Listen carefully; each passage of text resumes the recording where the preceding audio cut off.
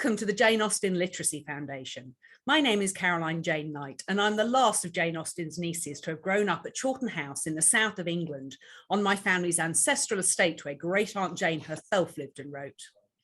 I'm now chair and founder of the Jane Austen Literacy Foundation, an organisation run entirely by volunteers with the mission of connecting through literacy. Now, one of the things we do is raise money to fund literacy programs in developing communities. And I was absolutely thrilled to be able to visit India in 2019 before the pandemic hit, to be able to see for myself some of the work that we're supporting. And I'm absolutely delighted to be joined today by Pradeep Kumar, who is the Associate Director of India Programs and Partnerships for Worldreader, who actually deliver the programs on the ground in India. Welcome, Pradeep. Thank you so much, Caroline. Always a pleasure to talk to you and also to JLF for supporting our work, not only in India, but in several other countries where children need books and they need to grow reading in a good environment.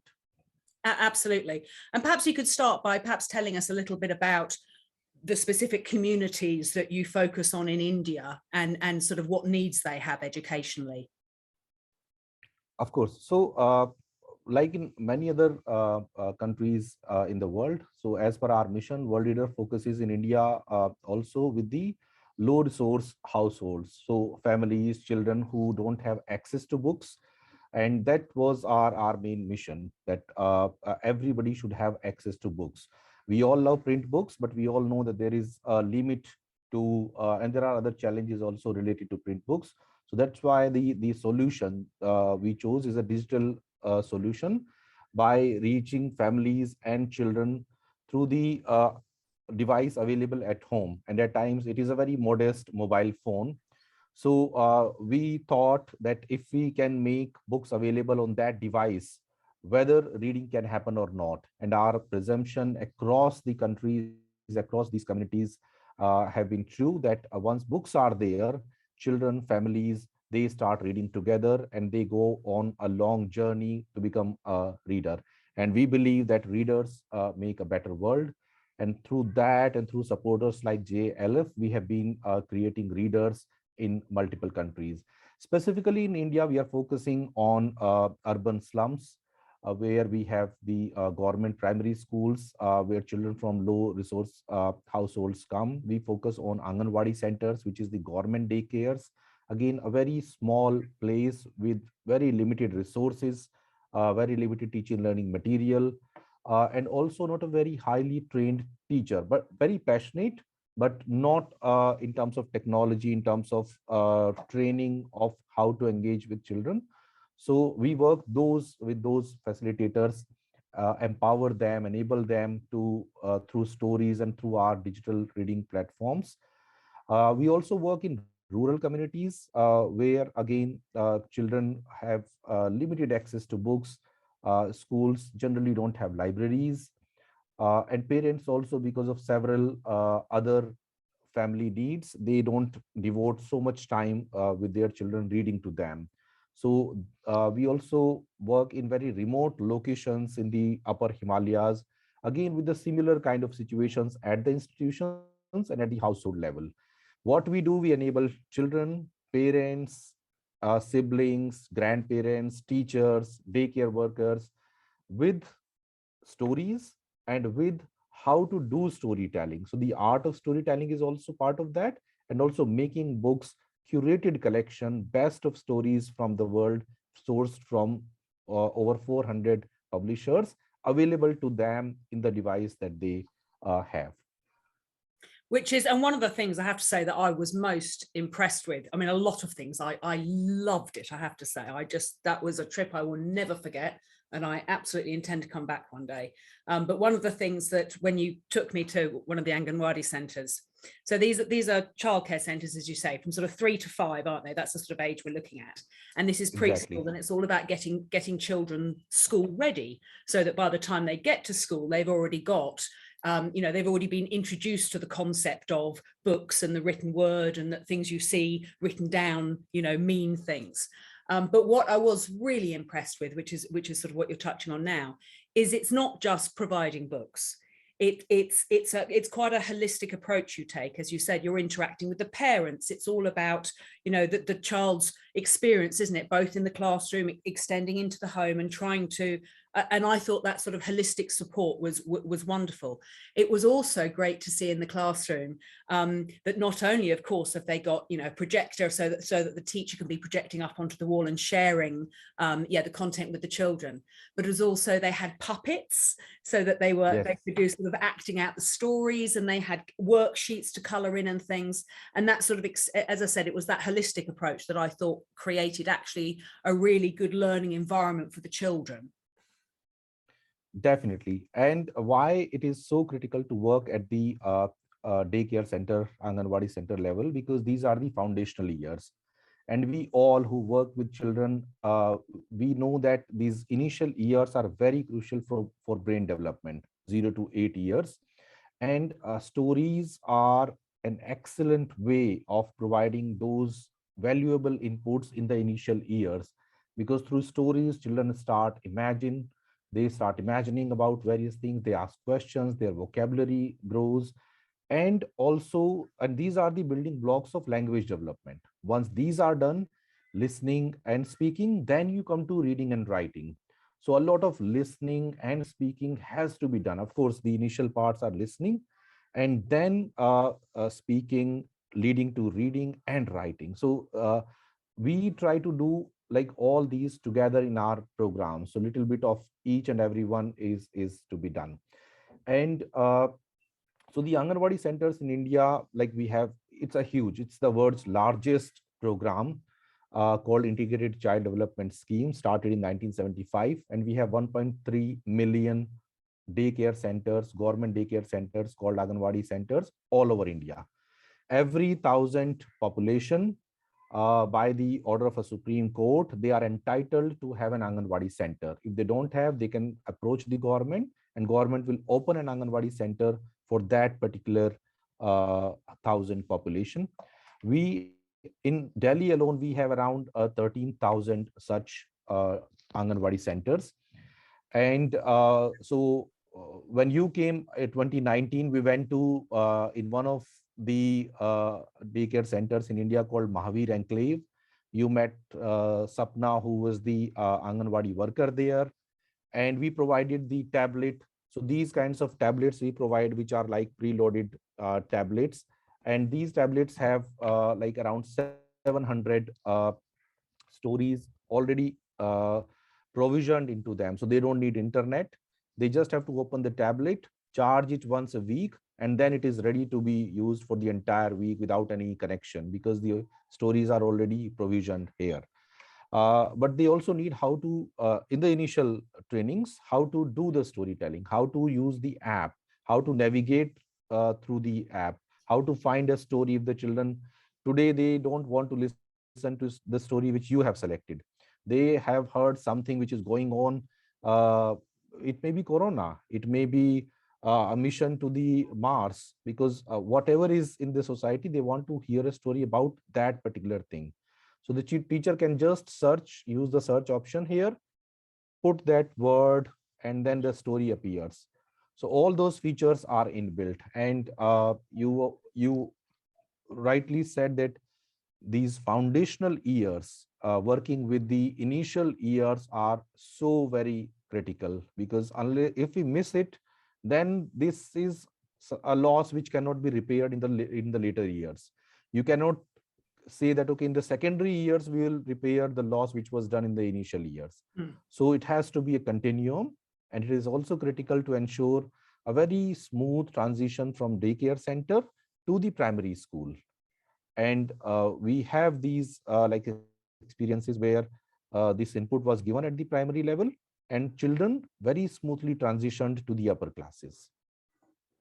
Which, as you said, is exactly what they need to do, isn't it? And I mean, you know, as you said, those early years, and there's such, I mean, I'm actually thinking of the Duchess of Cambridge in England, because she's obviously done a huge amount of work around the first 5 years, but very much Right. communicating to everybody, as you said, just how critical they are in you know, in development and language and everything else, isn't it? And I also know that, as you said, in those first 8 years, that actually if certain language skills haven't been learnt by then, they can't be recovered afterwards. It is a stage when the child's brain is forming, isn't it?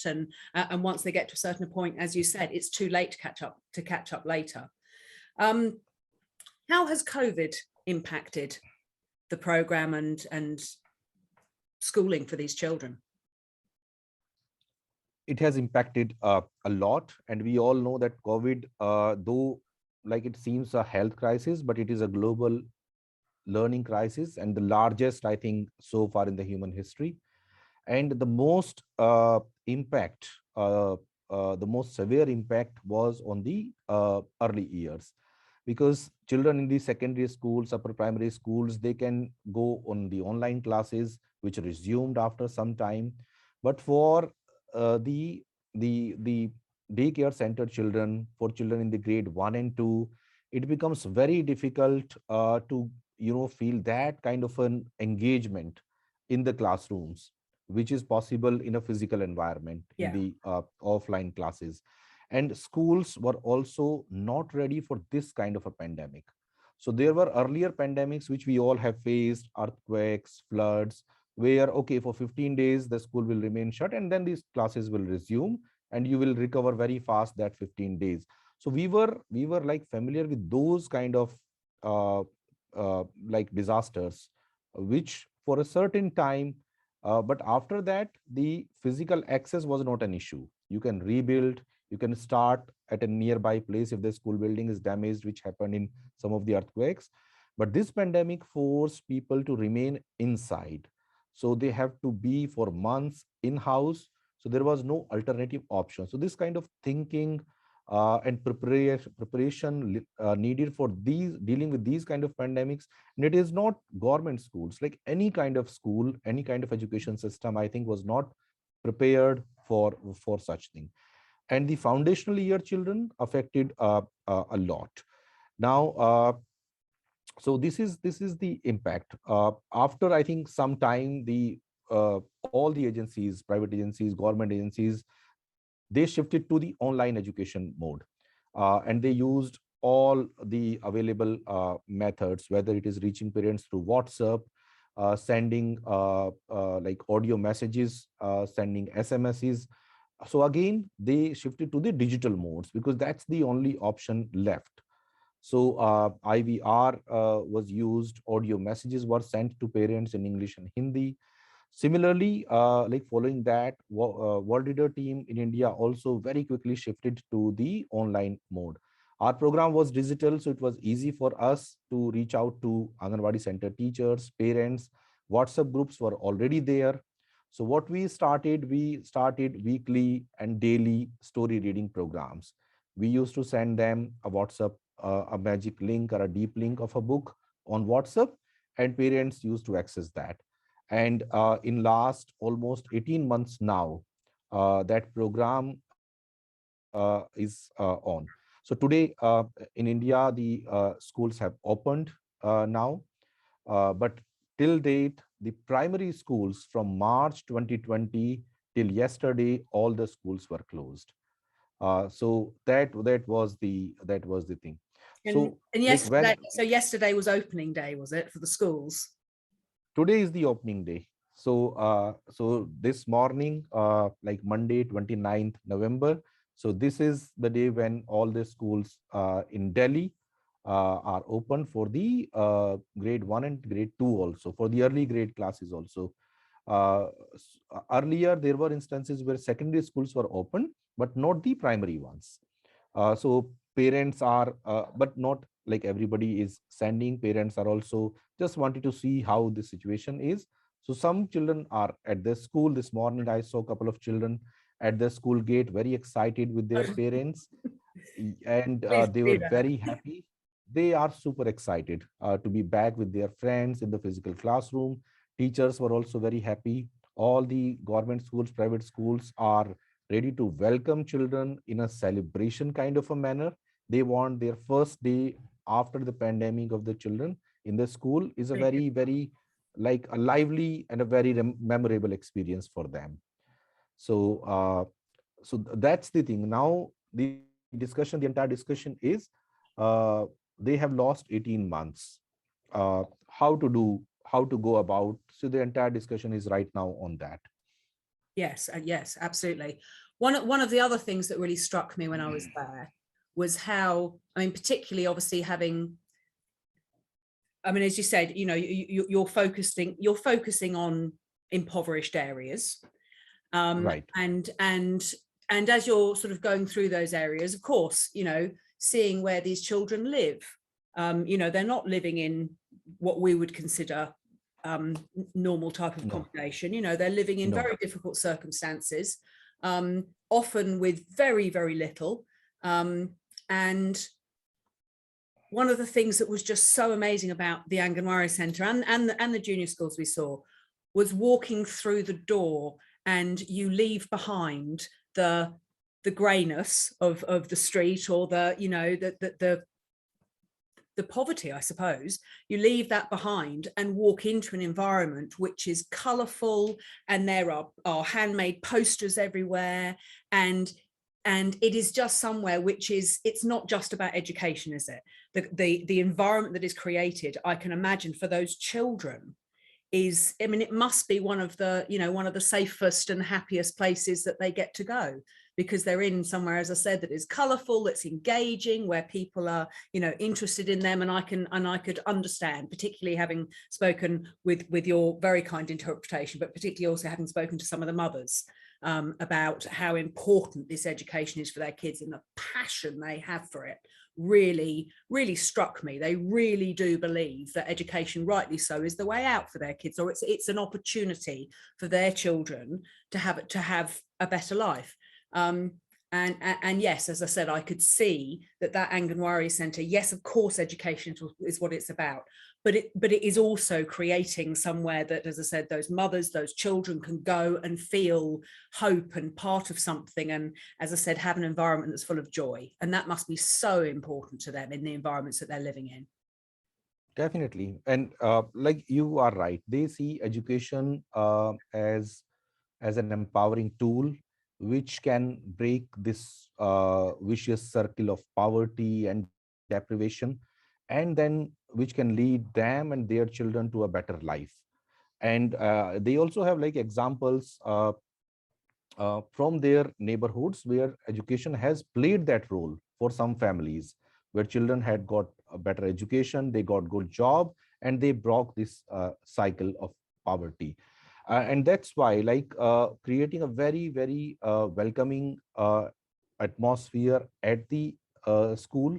So we went to Raghuveer Nagar MCD primary school, which was again like the school was at the center, and all around it were families who deal generally in exchanging the old clothes with the new utensils. So that's their daily wages.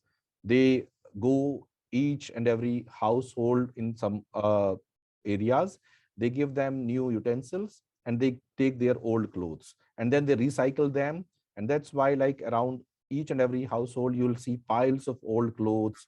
So that is the daily wages. So they struggle a lot, but they, whatever best they could do for their children, they want to do that. And that's why they have high hopes from the schools and the daycare centers.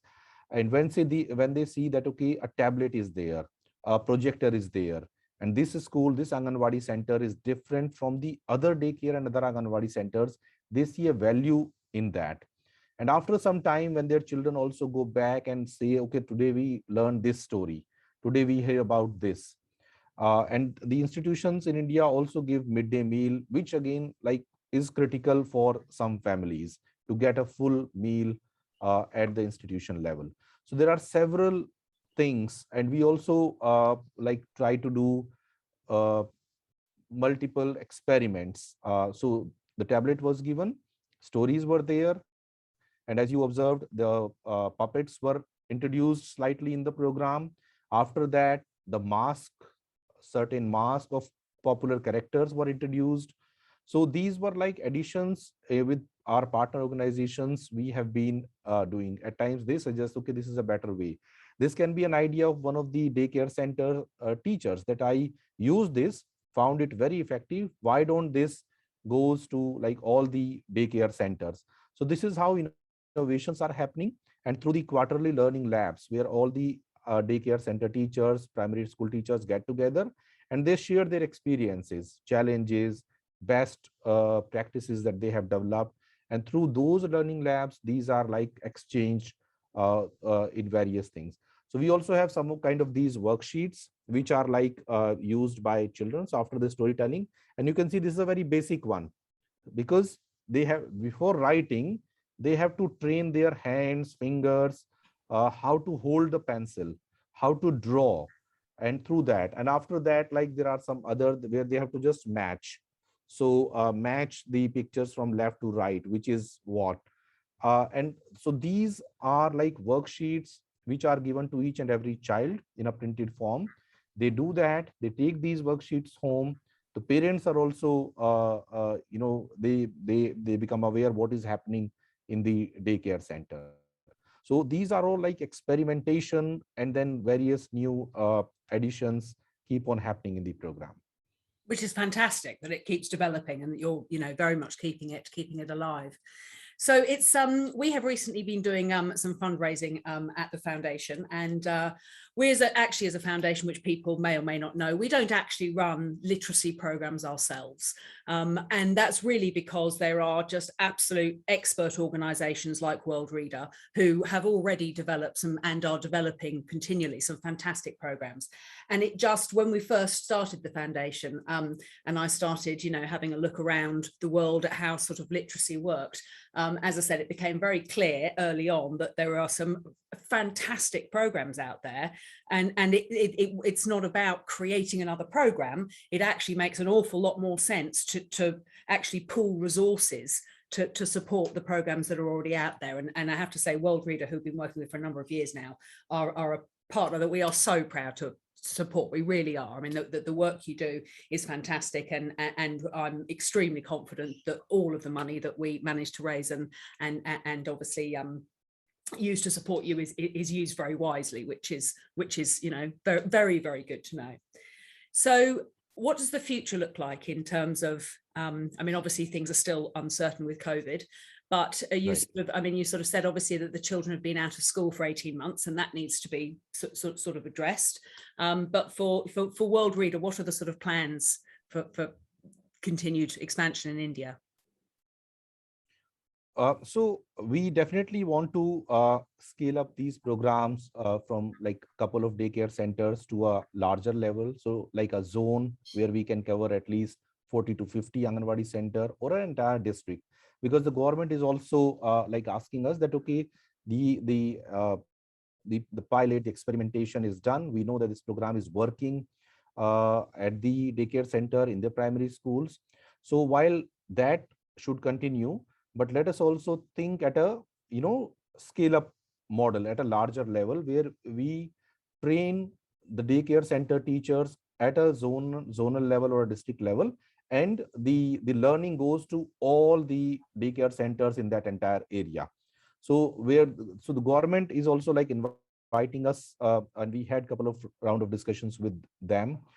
The other so this is one is geographical expansion in new states and new districts and new daycare centers and primary schools. The second is about the nature of program. So all the uh, in the ecosystem discussion here, in all the webinars which are happening, so this concern is definitely there about the learning loss of children, especially the younger ones. And two key like recommendations which are like from every webinar. One is the use of technology to ensure the digital access, because people are still not sure whether how long the offline classes will continue with this fear of a third wave or a fourth wave. So they definitely see, if the schools are also open, even then the blended model of having children getting education at institution and at the home level should continue. So this is the future. And when it comes to home, all of them unanimously are agreeing that the role of parents is very critical. So how can we empower parents? How can we give them certain tool which they can use? Despite their busyness and everything, they also want to devote, and they also in last 18 months realized that they also have a role to play when the schools are closed. So we are also like our programs have already before COVID, we had a very strong home component. Mm. And from school to home, there was always a connection through worksheets, through home visits, through parent teacher meetings. And we already had given like the license of all these stories in the mobile phones for parents always. And we have been requesting them to just spend 5 to 10 minutes, just tell one story. And that's a very soft promise which parents can make, that okay, 1 week, 5 10 minutes, just one story I can tell. So, and through that, you from one story to two story, gradually you bring them And along in does this it reading help? journey. Does it help their own literacy as well, the parents? It is Because definitely I'm guessing that because some of those parents won't have been well educated themselves. So that's true. That's true. And so one that it encourages and brings their learning desire also back for mothers, for fathers. And some of these studies that we had done, we had seen cases where mothers demanded a separate mobile phone for themselves. They said, okay, like now you go to your work, you take the mobile phone, but I need a separate phone so that I can support my children for their learning. So mothers have got a separate mobile phone, was an indicator that this kind of empowerment is happening. And we have seen from one story to multiple stories, also mothers and fathers, they were jointly exploring. So going forward, we will definitely continue to strengthen the home environment, enabling parents. How can we do that better? How can we use like multiple ways? WhatsApp is definitely there. We have already experimented and launched uh, chatbot for Worldreader, and through that chatbot, we are reaching out to parents. Anybody just can type like 1 2 3, and they can have weekly book options, books in Hindi and English as per their choice. So that is very easy for them. Everybody know WhatsApp, they will keep that app, they won't delete, they use it on a daily basis. What we are promoting is like enabling the reading habits using these available challenges. And so I think in this new thinking we are definitely aligned with Caroline Yu as a reading champion, and also with Jane Austen Literacy Foundation as a partner who believe in the power of reading and also in the power of digital reading in ensuring the access, and also ensuring that the foundational year children, they don't lag behind. And going forward, blended learning is the future. yes, and as you say, I mean, it's something obviously that you were doing already, but it does. I mean, having both at home and in the classroom, it does obviously sort of future-proof it, doesn't it? You know, make it so if we do keep having waves, if we do keep having, then yes, you've got an option that works either way, haven't you? Which is obviously, yeah. That's true. And what we are like telling parents and teachers is this thing that like your own reading habits. So children will do what you tell, but they will do more once they see you doing something. So teachers, we also tell them you should also be seen reading. If you are a reader, your children will definitely become readers. Parents also, we tell them that okay, you have stories with you, so you should also find some stories which are of your interest. And this is how the home literacy environment will change. And we have seen in our interventions, which are supported by Jane Austen Literacy Foundation in Delhi, because we did a baseline and end line. And one of the questions indicators was home literacy environment. So we see that from 2% to 22%, there was a positive change in the home literacy environment. Earlier, there was no magazine, Now, some magazines are seen at households. Earlier, nobody was reading to children. Now we have somebody, either a sibling or parents, reading to the child. We have seen newspapers have started coming in the households. So these are like various indicators which shows that from the like 2 years back, now there is a positive home literacy environment at each and every households, compared to control homes where this intervention is not going on. And this is the change that we want to see, because home has a very significant role in the early years and later as well. So if we can change that home literacy environment, it will definitely influence or positively impact their performance at the school level as well. Yes, absolutely. Absolutely. And obviously with 1.3 million Angenwadi centres, did you really say that? 1.3 million centres, each of which are actually look after about 30 to 35 children. Is that right? It also yes, minimum. Yes. So there's obviously a very long way to go. But we, as I said, coming over and seeing it for myself I will never forget it. And I absolutely, I mean, obviously once travel is possible and practical again, I'm absolutely intending to come and very much hope to bring some of our community, some of our key volunteers from the foundation to see for themselves really what we're helping, what we're helping to do. But it's been absolutely wonderful to talk to you, Pradeep, and to learn a little bit more about the programme. And I really just wanted to share with all of our supporters and donors and volunteers. I mean, there's a lot of people that work for the Jane Austen Literacy Foundation, all volunteering, and as I said, doing various fundraisers and things. And all of us should be proud that we are able to support such fantastic work and make an impact in India. There will be some details at the end of this video. We'll share some pictures and a little video from the Angenwadi Centre and some details of how you can donate to help continue this very important work. Thank you, Pradeep. It's been lovely to talk to you. You take care, and we will speak soon. Thank you so much, Karen. And I look forward to welcome you again. And then I think you'll be delighted to listen from the Angenwadi Center facilitators like Sapna, how this program, because it started before COVID, they knew the technology, they were able to operate the tablet, how that learning helped them during the COVID times.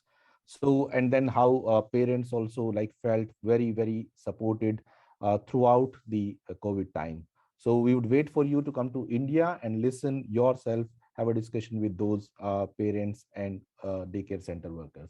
Thank you so much for this wonderful opportunity. Pleasure. Take care. Thank you so much. Bye-bye.